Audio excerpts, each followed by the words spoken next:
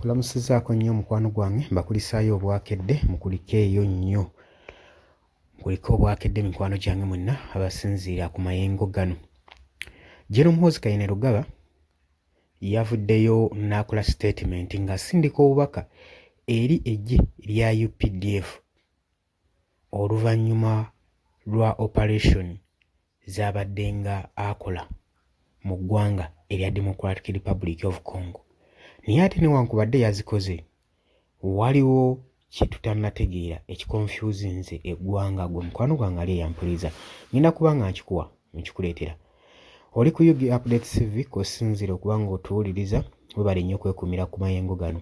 Abali mu diaspora mbalamusizzaako nnyo mwebale kwekuumira ku mayengo gano. Nagge gwagala otweyungako okkirira wansi waliwo ekigambo subscribe kikooneko ojja kuba osobola bulungi nnyo otufollowinga gwe mukwano gwange ali eyo ampuliriza. Tujjukira bulungi emabegako awo General Muhoozi Kainerugaba yavaayo n'alangirira nga waggaddewo meeting ez'operation Sujja ezibadde z'operatingibwa mu ggwanga erya Democratic Republic of Congo eri mu buvanjuba bw'eggwanga erya Congo eribadde linyiikidde ennaku eziwerako oba emyaka egiwerako n'abajaasi ba ADF. Tujjukira bulungi nnyo waleerangawo entalo ssaako n'ebitulika mu kibuga Kampala era nga entabe bagiteeka ku bayeekera bano aba ADF.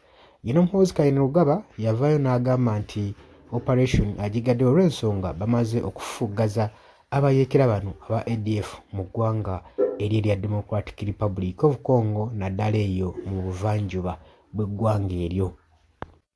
Naye ate gye buyise emabega twalabyeko abannansi b'eggwanga erya Congo nga balaajana nga bagamba nti baawuliddeko ebitulika, baawuliddeko amasasi ageesooza ssaako n'ebitulika mu bitundu ebimu eby'obuvanjuba bw'eggwanga erya Democratic Republic of Congo nga balaga nti abayeekera ba ADF tebannaggwa mu kitundu ekyo era bakyaliyo era baasitudde buto bakyataddewo obulumbaganyi. Bagamba baataddewo embeera newankubadde Chief of Defence Force General Muhoozi Kainerugaba yavuddeyo n'alangirira nti no operation baagigaddewo olw'ensonga nti bamaze okufuggaza omulabe buli nsonda yonna yonna era omulabe yamaze dda okuritwitinga. Naye ate kiraze nti nno omulabe akyaliwo bawuliddeko amasasi n'ebibaluka eri mu buvanjuba bw'eggwanga erya Democratic Republic of Congo amasasi nga geesooza gwe mukwano gwange ali eyo ampuliriza. General Muhoozi Kainerugaba mu meeting yagamba nti kati buli kintu kyatandise okuba nga kyopaleetinga mu ngeri yaakyo, amakyakezi gatandise okuba nga goopaleetinga, amasomero gatandise okuba nga goopaleetinga nga galina okubeera, enguudo zatandise okuba nga zitereezebwa okulaba nti embeera yazze dda mu nteeko era n'agenda mu maaso n'okwebaza abajaasi ba UPDF cooperation eno okuba nga bakoledde wamu bakoledde bukuyege okuba nga bafuggaza omulabe paka kumumala mu buvanjuba bwa ggwanga erya Democratic Republic of Congo ng'omukwano gwange ali yampuliriza. Naye kiraga ki? Kiraga nti nno wabanga General Muhoozi avuddeyo n'alangirira nti omuyeekera bamaze dda omulinnya ku nfeete ate eri mu ggwanga erya Democratic Republic of Congo ne kiraga nti baawulidde amasasi nga geesooza ssaako n'ebibaluka, olowooza baani ababazeemu okukola obulumbaganyi? Osuubira nti waliyo akabinja akapya akakundi akapya akaameruseewo oluvannyuma lw'okudifiitinga aba ADF ne kajja nako nga katandise okukola obulumbaganyi? Kubanga jjukira nagambye dda eggwanga erya Democratic Republic of Congo kizibu nnyo okuba nga liggwamu entalo olw'ebyobugagga lye birina. So abantu bonna batandikayo entalo ezo olw'okuba nga baagala okufuga ebyobugagga bye baba bazudde, so ate n'amawanga tegayinza kubakkiriza olw'ensonga nti nno tebakkiriza bantu kubanga bagenda mu maaso nga bagaggabalira ku byobugagga by'eggwanga. Bo balinamu entiisa egamba nti omuntu kasita agaggabalira mu byobugagga kigenda muleetera okuba nga alina obusobozi obufuna equipment ssaako n'obulumbaganyi bw'asobola okukola ku ggwanga lino erya Democratic Republic of Congo. Kakati titumanyi statement General Muhoozi Kainerugaba gye yakoze oba yabadde ntuufu oba ddala baakakasizza nti nno abayeekera ba ADF bamazeeyo mu ggwanga erya Democratic Republic of Congo.